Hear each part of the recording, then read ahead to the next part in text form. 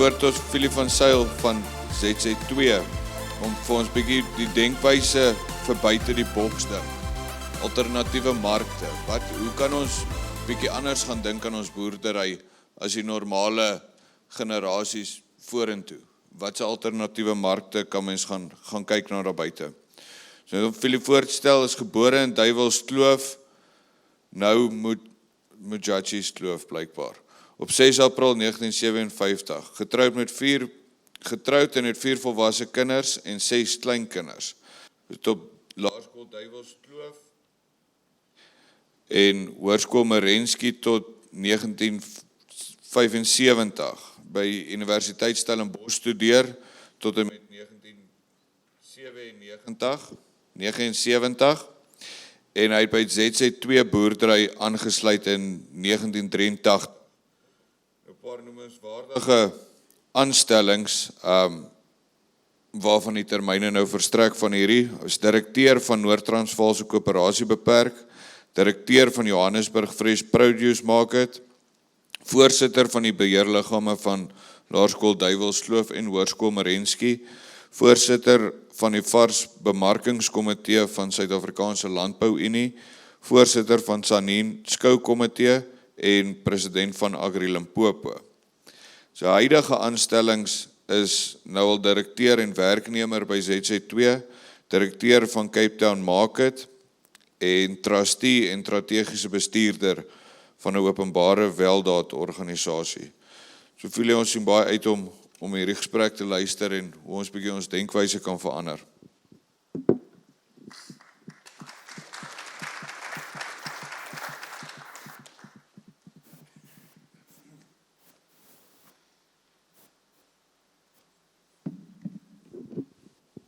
Werk hierdie een. Goeiemôre en baie dankie dat u vir my die kans gee om 'n paar woorde te sê. Dis 'n groot voorreg. Moet ek onder vashou? Nie vashou. Okay, is dit beter so. Ek moet net ook my tegnologie reg kry, want as my selfoon nie anders dan kan ek nie praat nie. Deesdae is 'n smartphone al wat jy nodig het.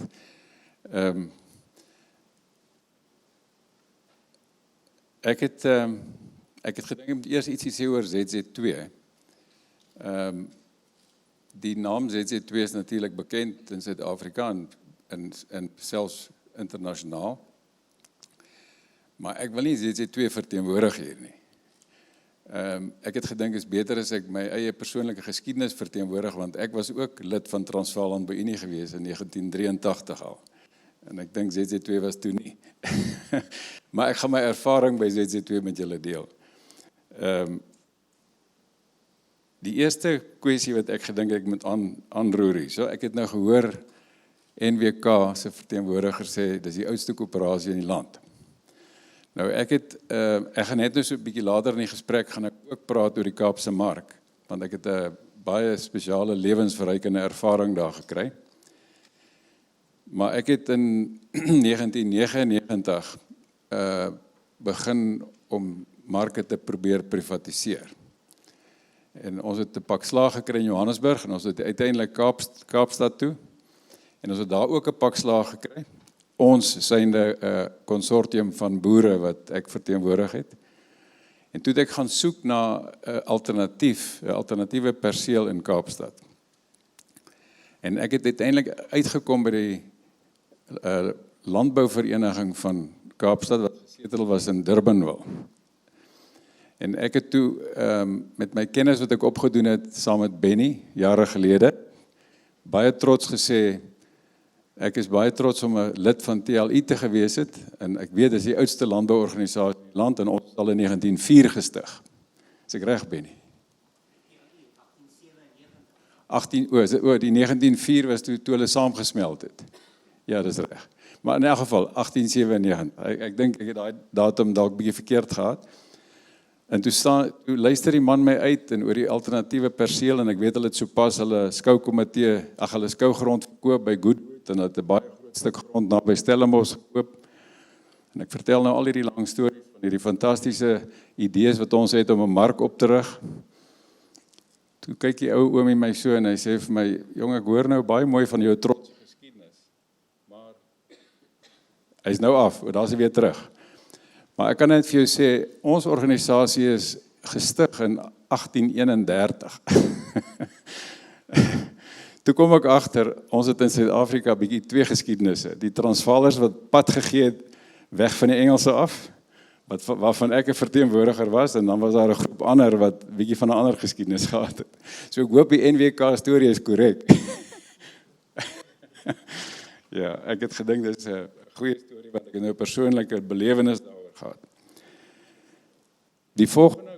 Die volgende onderwerp, dink ek wat in hierdie gesprek geldig is my onderwerp is alternatiewe markte.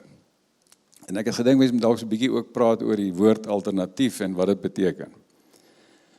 Nou ek het ook 'n lewenservaring gehad toe ek van Moketsi af Stellenbosch toe is.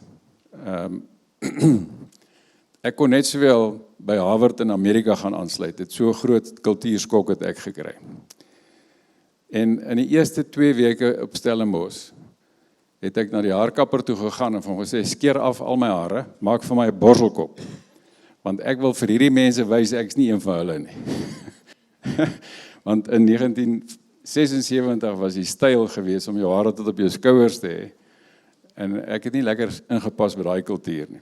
So ek het toe die alternatief geword, hier uit die noorde uit. Ek het ook op 'n ander geleentheid oor water 'n gesprek gehad met 'n groep mense, waar ons 'n projek aan die gang wou kry. En die bure wat nie baie genee was daarmee dat ek die boorgat sou installeer en die water sou wegstuur nie, het nadat ek gepraat het opgestaan en vir die gehoor gesê, julle moet nie luister vir hierdie ou nie, want hy is lid van die Illuminati. En hy word gefinansier deur mense wat ons tot in die verderf gaan vat. So, toe was ek ook 'n alternatief, 'n bietjie ander soort alternatief. Ek het so 'n rukkie gelede vir die eerste keer in my lewe by 'n plek gekom met die naam van Mukushi in Zambië. Die van julle wat al daar was, sal weet waarvan ek praat, en die wat nog nie daar was nie, kan gerus daar gaan kuier. By Mukushi is daar seker so 30 boere, wat op so 150.000 hektaar boer, almal saam, in die middel van 'n plek wat lyk soos, hoe sal mense nou hierso, Hammanskraal. Ek dink Hammanskraal is 'n goeie vergelyking hierso. Hulle boer al daar van 1950 af. Party van hulle het te voet daar aangekom uit Tanzanië uit. Party van hulle het Griekse oorsprong, party het Afrikaanse oorsprong, party het Engelse oorsprong. Party van hulle is inheems Zambies, maar hulle is almal boere en hulle boer laat dit bars. En hulle die hele revolusie oorleef. En ek het hulle so beskou en gedink, hierdie is wat mense nou eintlik alternatief kan noem. Is 'n ongelooflike ervaring vir my gewees. Toe ek begin praat en sê, maar kan ons nie dalk ook ietsie hierso doen nie? En hier sluit ek nou aan by my eerste woorde. Toe sê hulle vir my, ZZ2, is julle nie 'n bietjie korporatief nie? Hier is ons eintlik eienaarboere. En ons wil seker maak dat ons nie daai karakter verloor nie. Toe kom ek agter, om alternatief te wees en te oorleef, moet jy eintlik 'n baie fyn waarnemer ook wees. Ek het ook 'n stukkie raad oor hierdie onderwerp. Terwyl ek op Stellenbosch was, het ons 'n gasdosent gehad. Sy naam was professor Tomlinson. En hy het net een klas, hy het 'n paar klasse vir ons gegee, en ek dink hierdie is miskien baie spesiaal vir die studente wat hier is. Hy het toe gaan daar kom sit en met ons lekker gepraat, en die boodskap wat hy gegee het, nou 40 jaar gelede, amper 50 jaar, ja, 40 jaar gelede, 45 jaar gelede, hy het so gaan sit, hy het so 'n bietjie krippel geloop, en hy het so gaan sit op die lesenaar. Toe sê hy, hier by hierdie instelling is daar baie slim mense. Hier's mense wat verskriklike ingewikkelde boodskappe vir julle gaan bring. Maar laat ek net maar vir julle 'n goeie raad gee. As daai slim mense nie hulle boodskap in 'n eenvoudige taal vir julle kan gee, wat julle dit kan verstaan nie, dan weet hulle waarskynlik self nie baie mooi waarvan hulle praat nie. Ek het dit as 'n wonderlike boodskap in my lewe saamgedra. En ek het gedink, het is goed om dit te sê as ons begin uit die boks uitdink.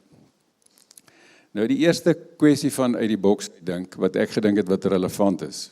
Ek het ook al in 'n ernstige litigasie met die staat betrokke gewees. Toe het ek 'n advokaat gehad wat vir my gehelp het en gesê het, 'n gewone mens kan enige iets doen op aarde, behalwe dit wat die wet hom verbied om te doen. Hy is vry om te doen net wat hy wil, behalwe dit wat die wet sê hy mag nie doen nie. 'n Staatsamptenaar mag net doen wat die wet hom toelaat om te doen. Hy het nie diskresie om enigiets anders te doen, as net dit wat die wet hom toelaat om te doen nie. En dit is die boodskap wat ons in hierdie litigasie gaan volg, om seker te maak dat ons die staat kan wen. Ek het nogal gedink, dis 'n bietjie uit die boks uitdink. Dis ook 'n boodskap wat ek gedink het mense kan in 'n plek soos hierdie vir mekaar gee. Die verband tussen die uit die boks dink en die mark, het ek gedink, die privatisering van Kaapstad mark as 'n storie, is dalk 'n baie mooi storie om te vertel.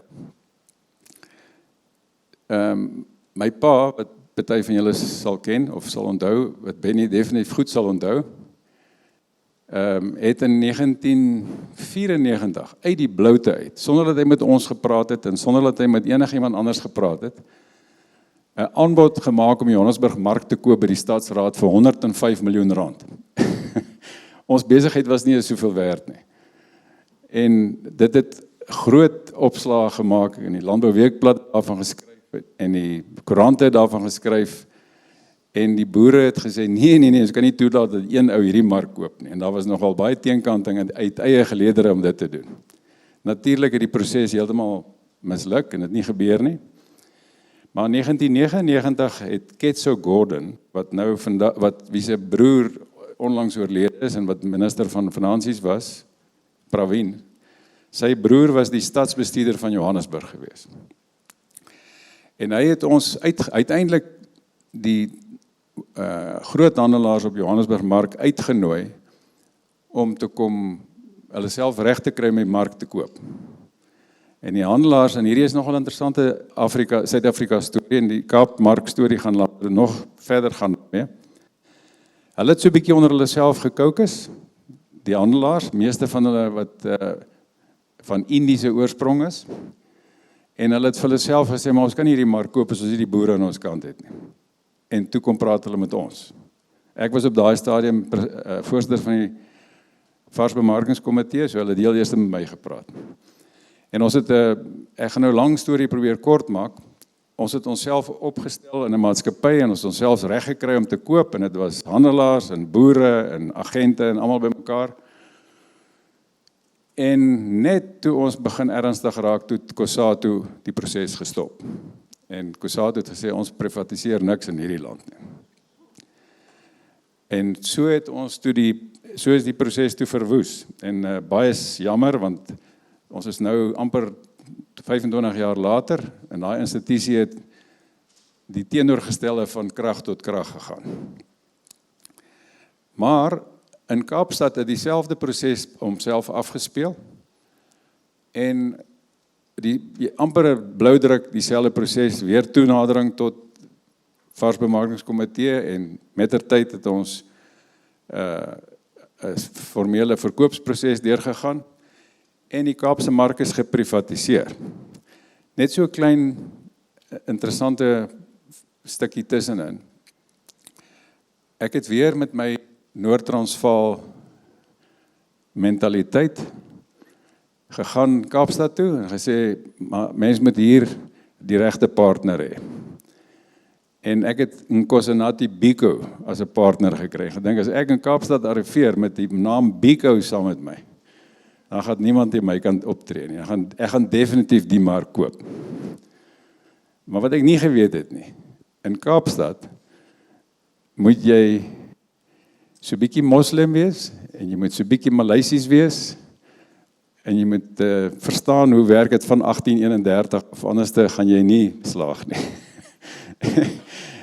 En My opponent het dit geweet, hy het presies geweet hoe dit werk, en hy het die mark gekoop. En ons het dit toe nie, ek en my boeregroep, 31 boerelede, het misluk, ons het dit nie gekry nie. En hier volg nou 'n storieetjie wat ek weet nie of die koerante my nou nie daaroor skryf nie, maar dit is 'n mooi storie. Hierdie persoon wat my gevnyk het in die proses, wat Kaapstad beter geken het as ek, was nie so 'n goeie bestuurder nie, en sy finansier het gou agtergekom, dat hulle eintlik nie met hom kan verder saamwerk nie. En hulle het hom 'n goue handdruk gegee om weggejaag. Maar hy was dikvellig genoeg gewees, om 'n nuwe mark te gaan bou, alternatief tot die bestaande ene, en al die bestaande boere te nooi om by daai mark aan te sluit. Ek het toe vir my familie gaan sê, by ZZ2, julle moet nou nie vir my baie vrae vra nie, maar volg my nou maar net, ek is nou besig om uit die boks uit te dink. Ons gaan die nuwe mark ondersteun. En ons het 'n launch gehad, ek weet nie wat is 'n launch in Afrikaans nie, bekendstelling, ja. En ons het die bekendstelling bygewoon met groot fanfare, en die volgende oggend bel die Kaapstad se nuwe eienaar my en sê, wat wil jy hê? jy kan nie daai ou se mark ondersteun nie, jy moet by ons kom bly. En so het ons boeregroep, konsortium, wat vandag nog die eienaars is, 31 eienaars, het toe klein aandeel in Kaapstad mark bekom, en ons het uiteindelik die meerderheid aandeel bekom. En hoekom het ons die meerderheid aandeel bekom? Die eienaar wat dit destyds gekoop het nie sy huiswerk goed gedoen nie. Die mark lyk na 'n fantastiese plek met baie groot omsette, miljoene en miljarde rande, maar dit is eintlik maar 'n agentskapsmodel, en hulle het nie die baie miljoene rand gemaak wat hulle gedink het hulle gaan maak, en hulle het besef dat die boere moet eintlik maar in beheer van die besigheid wees, en moet eintlik maar uit 'n industrie oogpunt uit die besigheid bestuur, en so het ons uiteindelik meerderheidsaandeel gekry. Ons syne die konsortium, waarvan ZZ2 net 20% aandeel het. 'n verdere, miskien moet ek net dit ook by sê, wat die les wat ek geleer het in Kaapstad, met die uit die boks uit dink, is dat die diversiteit wat ons het in hierdie land en in hierdie kontinent, uiteindelik vir ons gaan deurdra. Want ons verstaan dit. Ons mense wat hier in Suid-Afrika geleef het in 'n diverse omgewing vir 'n lang tyd, verstaan dit al lankal. En ek wil graag professor Bonsma les ook gee oor uit die boks uit dink en oor markte ontwikkel ensovoorts. Professor Bonsma was 'n goeie vriend van my pa. En hy het eenslag vir ons kom kuier. My pa was 'n baie, ek sien ek nog net 1 minuut oor. Het ek nog 'n minuut? Ek wil nie my tyd verspeel nie. Dan kan ek liewer vinnig by die einde kom. Maar professor Bonsma se les is 'n baie goeie les, dink ek. So my pa was 'n Pinsgouer teeler. En die Pinsgouer genootskap het baie streng kleurreëlings. As jy afwyk van daai kleurreëling, word jy afgekeer. En dan kan jy nie deel wees van die stoet nie.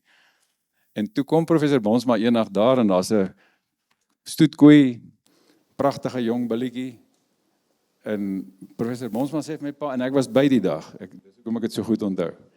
Hy sê vir my pa, maar Josso, dis 'n mooi billetjie die. Want professor Bonsma wou eintlik gehad het Bertie van Sail moet 'n Ponsmara boer word, so hy het hom nou probeer soft soap, dat hy nou die Pinsgouers los en Ponsmara steel. Toe sê hy, dis die mooiste bil wat ek nog gesien het hierdie. Toe sê my pa, nee, wel ongelukkig, hy gaan geslag word, want hy het 'n wit poot. En 'n Pinsgouer mag nie 'n wit poot hê nie. Toe sê professor Bonsma iets wat ek my lewe lank ook onthou. Hy het so teruggestaan en hy het vir hom gesê, ek kan nie glo wat ek hoor nie. Jy's 'n suksesvolle boer. Besef jy nie dat daar groter diversiteit binne 'n groep is as tussen groepe nie? Wat 'n nonsens is hierdie dat jy moet geslag word as jy 'n wit poot het? En ek het baie jare, baie lank daaraan gedink van hierdie diversiteit binne 'n groep as tussen groepe. En die kort antwoord is, ons is Suid-Afrikaners, dis 'n groep. Hier langs ons is Zimbabweërs, dis ook 'n groep.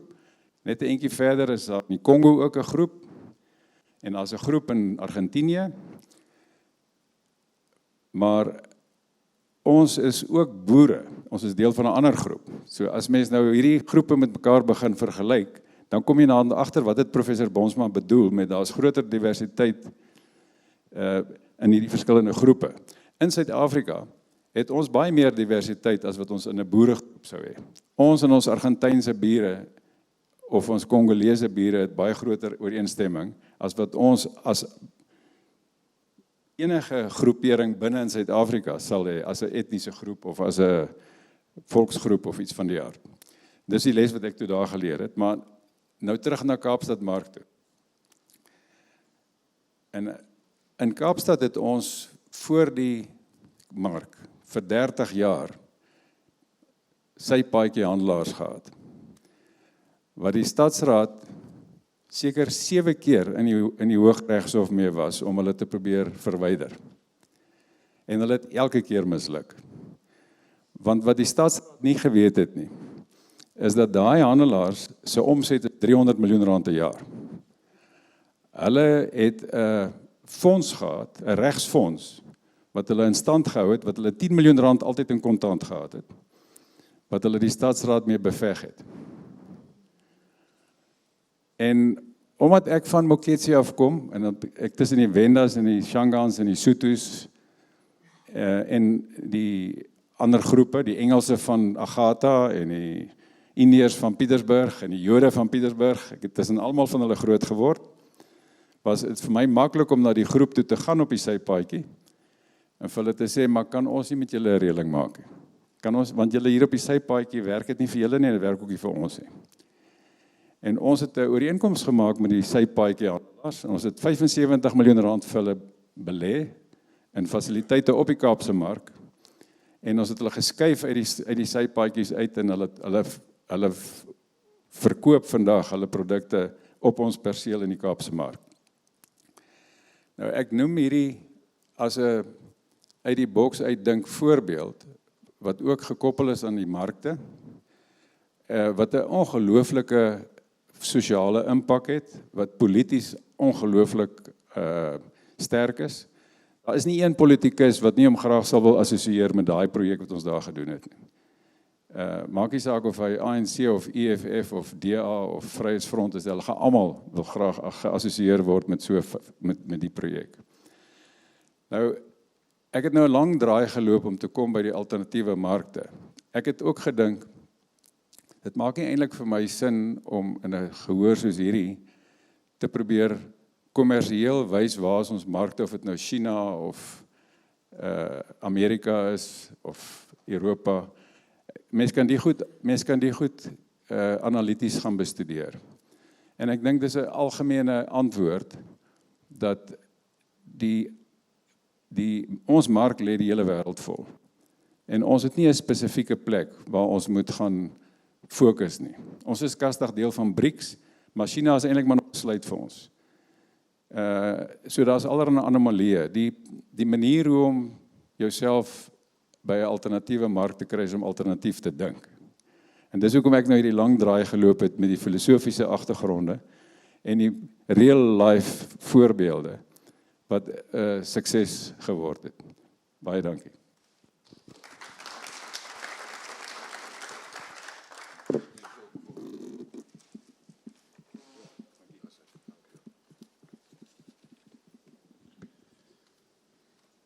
Baie dankie. Ek dink, dit is baie waar, ons moet nie net gaan dink, ons markte, ons groot handelsmarkte in China, Amerika, en daai nie, dink plaaslike markte, hoe jy bietjie anders kan dink aan dit, en jou produk beter maak as die volgende ou sin.